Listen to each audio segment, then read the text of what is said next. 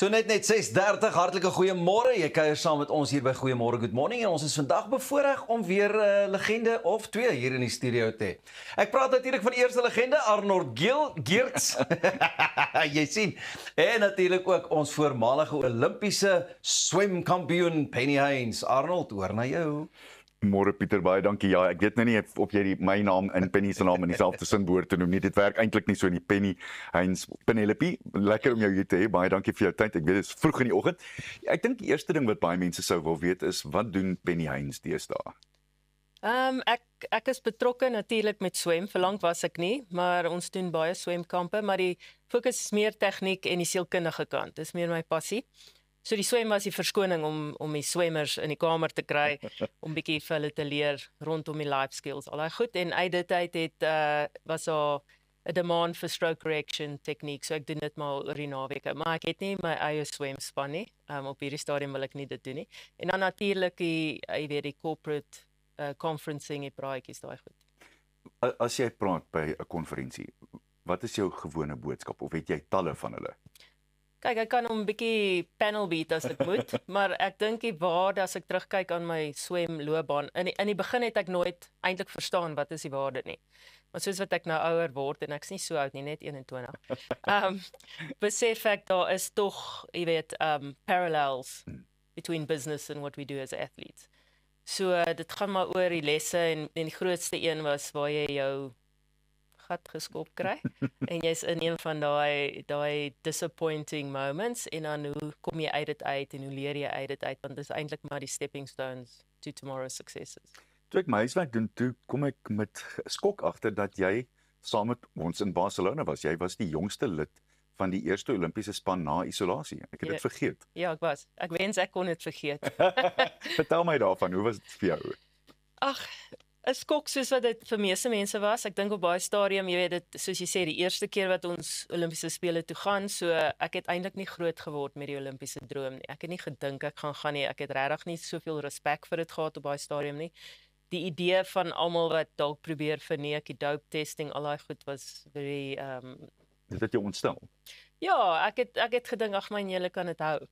En maar toe ek daar kom was daar 'n cafeteria, open 24/7, enigiets, ek seker jy onthou daai was die highlight. En met dit het ek I went there well rounded. Dus die swem dit nie so goed gegaan nie, maar dit was een van daai draaipunte in my loopbaan waar ek 'n besluit moes neem. Ek haat swem. Ek wil nie swem nie, maar daar's 'n geleentheid om Amerika toe te gaan en daar te swem op Universiteit van Lincoln, Nebraska. Baie daaroor gebid en toe gevoel, even if I don't feel like it, ek moet gaan. So dit was maar een van die eerste, maar ek sê daar was soos 3 of 4 ernstige oomblikke in my loopbaan waar ek wou ophou swem. Daai was seker die eerste een. En toe 4 jaar later, hier is hierdie wonder swemkind wat iets doen wat niemand ooit van tevore gedoen het nie. Wel, ek het nie dit geweet nie. Anders sou ek nie. Ja, ek dink, jy weet, ek het oorsee gegaan toe ek hier nog geoefen het. As mense sê maar vergelyk met wat die kinders vandag doen, het ek nogal min gedoen. Alles was vinnig, maar dit was net soos in 3 kilometer. So daar was nogal baie, ek dink, scope for improvement. En toe gaan ek Amerika toe, dis 'n hele mental shift.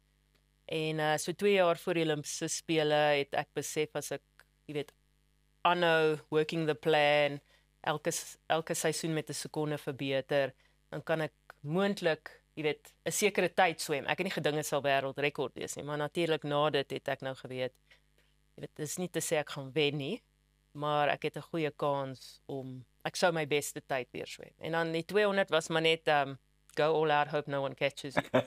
En dit het gewerk. Dit het.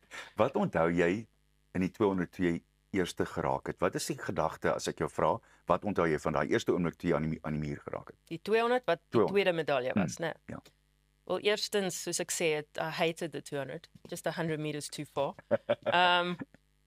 Ek kan nie sê dit was relief nie, want ek het geweet na die 100 het ek die spoed. Maar ek dink vir my, toe ek daarna hoor, niemand het dit al ooit gedoen nie. En die lekker ding is om te weet, die enigste ander een wat dit ooit gedoen het, maar oor 2 Olimpiese spele is natuurlik Tatiana. So jy moet 'n Suid-Afrikaner wees om dit te doen. Dis die voorvereiste. Ja, maar ek dink vir my was die eerste gedagte is, what are you doing, Lord? Why me and what does this mean? What's the responsibility? En ek sê altyd vir die jonger kinders, want as hulle bang is oor iets, dan sê ek, weet jy wat, of jy nou wen of laaste kom, jy gaan altyd bang wees. Ja. Die eerste gedagte is, what if I can't do it again? Ja. En toe in 1999 11 rekords so in 'n ry. Vertel my daarvan. En dis iets weer eens wat ons nie sal sien nie. Sal dit nie weer sien nie. Wel, ek wou dit vinnig doen sodat ek kan ophou swem. Nee, ernstig, ek het dit het begin in seisoen nog en ek dink dit was nou maar net om eerlik te wees, daai eerste rekord daai seisoen ook, wou ek nie die 200 swem nie. Ek het vir my coach gesê ek wil eintlik die eerste 100 vinnig swem. So how about you actually swim it properly and learn something?